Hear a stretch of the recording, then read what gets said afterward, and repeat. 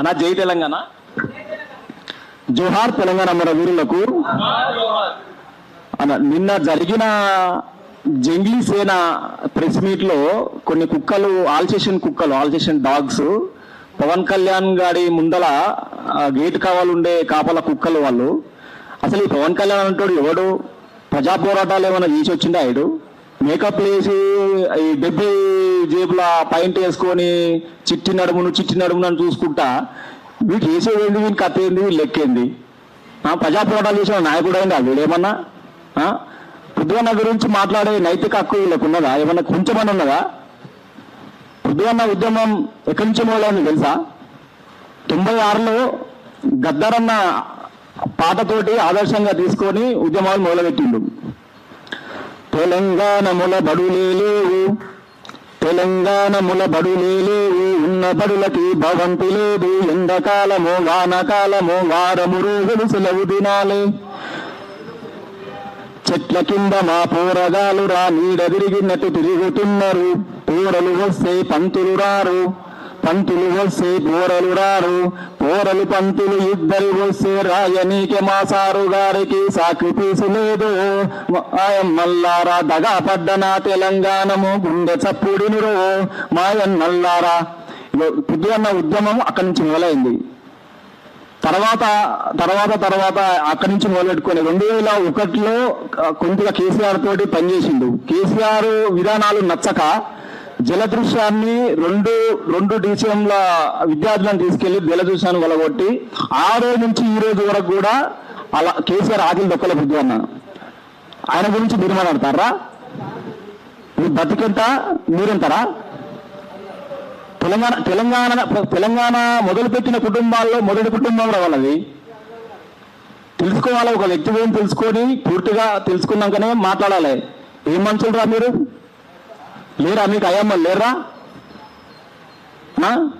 ఏం మాట్లాడినరా? పాశం సారు 3 పెళ్లిళ్ళు చేసుకున్నాడు అన్నాడు. మరి చేసుకోలేదా పవన్ కళ్యాణ్? అరే ఆడు మొగోడు రా భయ అన్నాడు.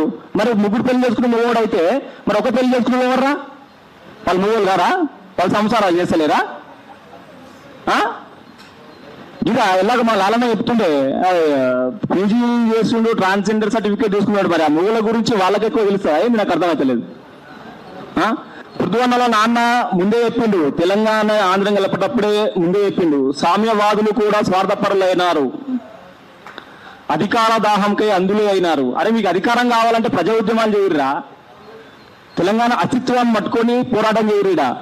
మీకు అధికారం కావాలంటే ఆరోజు చెప్పిండు, పెద్ద మంచి ఆరోజు చెప్పిండు, పార్టీ మేలు కొరకు ప్రజలను బలిస్తారు, నీతి లేని నీతి వారి చూడు, తెలంగాణ సోదరా తెలుసుకో నీ బతుకు, మోసపోతివా నీవు మోసపడతావని.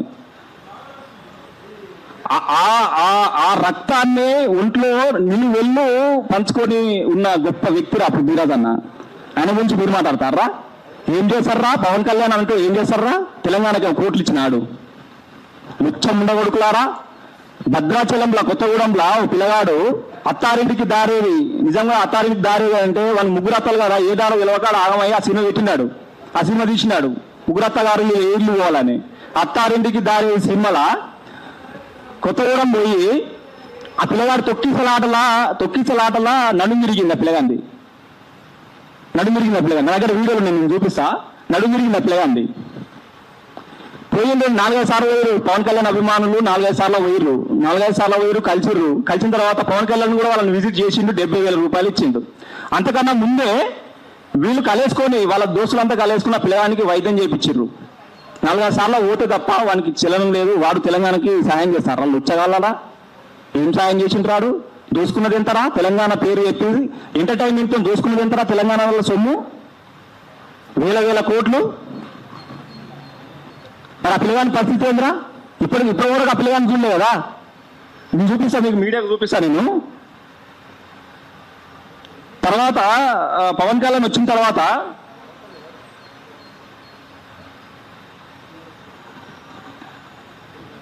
పవన్ కళ్యాణ్ వచ్చింది కదా, వాళ్ళకి ఉద్యోగం ఇస్తామన్నారు, ఇంటికి వాళ్ళకి ఉపాధి కల్పిస్తా అని చెప్పిన తర్వాత ఇచ్చేవాళ్ళు పాపం ఫండింగ్ చేసేవాళ్ళు కూడా పవన్ కళ్యాణ్ వచ్చింది కదా ఇక మనం ఇచ్చుడు అని చెప్పి ఆ ఫండింగ్ కూడా ఆఫ్ చేసిడు పాపం. ఆ పిల్లగాని గోస చూడు, అలా నాన్న ఆటో డ్రైవరు, ఉండటానికి ఇల్లు లేదు వాళ్ళకు, మన పవన్ కళ్యాణ్కి వీర అభిమాని ఆ పిల్లవాడు, పాపం వీర అభిమాని.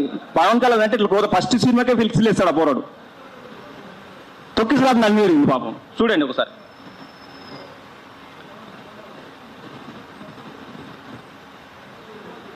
గుబ్బర్ సతీష్ కుమార్ అయిన పేరు, భద్రాద్రి కొత్తగూడెం. ఈయన అత్తారింటికి దారి సినిమా ఎన్నేళ్ళు అవుతుంది, అన్నేళ్ళ నుంచి ఇప్పుడు దాకా పోరాడు. మంచం మీదే ఉన్నాడు ఆ పిల్లగాడు. ఇక చూడండి.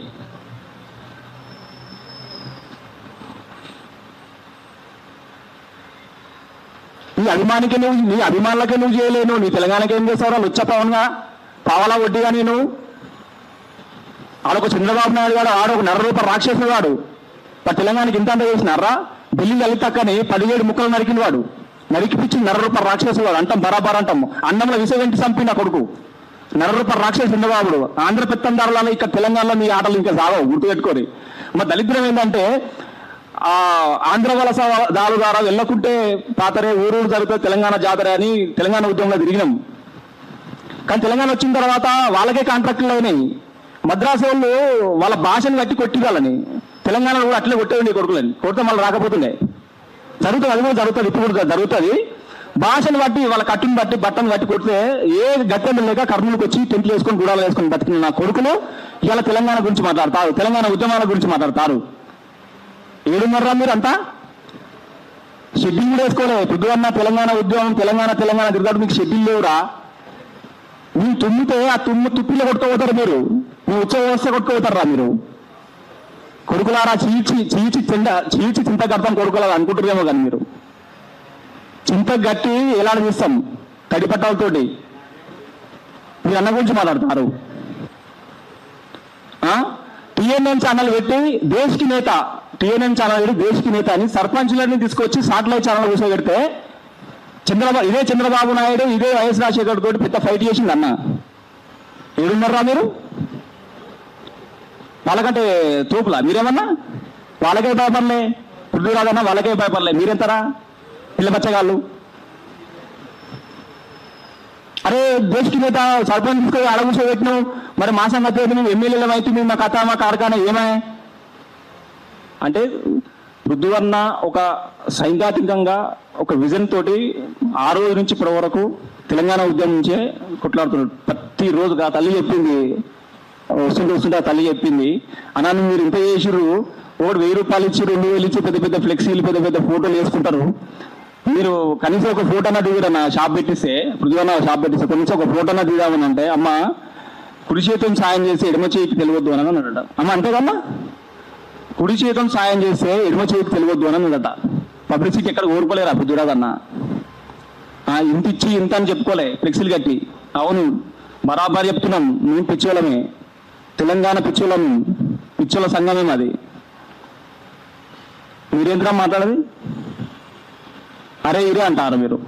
కొడుకులారా మేము రిటర్న్ అయినామనుకో ఒక్కరు ఉండరు, మీ పావలగాడు ఉండడు, నువ్వు ఉండవు. అసలు అంతే దేని జరిగిందిరా? ప్రొఫెసర్ నాగేశ్వర సారు అమిత్ షా దగ్గర పోయినప్పుడు మీరు జగన్ అరెస్ట్ చేయడు సందర్భంలో మాట్లాడిన దాన్ని ఆరోపణగా తీసుకొని మీరు తెలంగాణలో మీద మాట్లాడే ఎక్కడరా? అవును బరాబరే, నువ్వు చేయలే ఆరోపణలా? తిరుపతి లడ్డు కల్తీ జరిగింది అని నువ్వు ఆరోపణ చేసినావు, నన్ను కల్తీ జరుగుతుంది దగ్గర నుంచి చూసినావా అంటే కదా? నాగేశ్వర సారు నేను అమిత్ షాతో మాట్లాడినప్పుడు బాత్రూమ్ దీన్ని వినడానికి అన్నావు కదా, స్టేట్మెంట్ ఇచ్చినావు కదా నీ ఆంధ్రలా. మరి తిరుపతి లడ్డు కల్తీ జరుగుతుంటే నేను చూసినావా? కల్తీ జరుగుతుందని చూసినావా? 30 మంది మహిళలు కిడ్నాప్ గురయ్యారు అని చెప్పి స్టేట్మెంట్ ఇచ్చినావు. మరి కిడ్నాప్కి నువ్వే కారకుందా? నీకు ఎట్లా తెలిసిందిరా? ఏమైందిరా మరి ఆ కేసు ఏమైందిరా? పాపం ఆ ప్రీతి వాళ్ళ కేసు కూడా ఉద్యమ సమయంలో ఈయన ఎలక్షన్ల సమయంలో నేను సిబిఐకి ఉపయోగిస్తా దానికి ఉపయోగిస్తా అన్నాను. మరి ఏమైంది ఇప్పటి వరకు? నరేంద్ర మోడీతో మాట్లాడినావురా పవన్ కళ్యాణ్? మీరు వచ్చి తెలంగాణలో వచ్చి నువ్వు దండ ఎగిరేస్తావు. కొడుక కబర్దార్ గుర్తుపెట్టుకో, మేము ఇప్పటి కూడా సహనంతోనే మాట్లాడుతున్నాము. మా నాయకుడు మాకు ఈ హింసా విధానాన్ని నేర్పలే, మాకు శాంతియుతంగా మేము చెప్పుకుంటున్నాము. మళ్ళొకసారి వాళ్ళకు వీళ్ళకు అరే అని అంటే మాత్రం ఖబర్దార్ కొడుకులారా, ఒక్కని కూడా మిగిలియం, మాకు కొట్లాడలేం, కొత్త కాదు, బరాబర్ కొట్లాడతాం. మాకు సాకల ఐలమ్మ వారసులం మేము, దొడికుమురయ్య వారసులం, బెలిలలితక్క వారసులం మేము.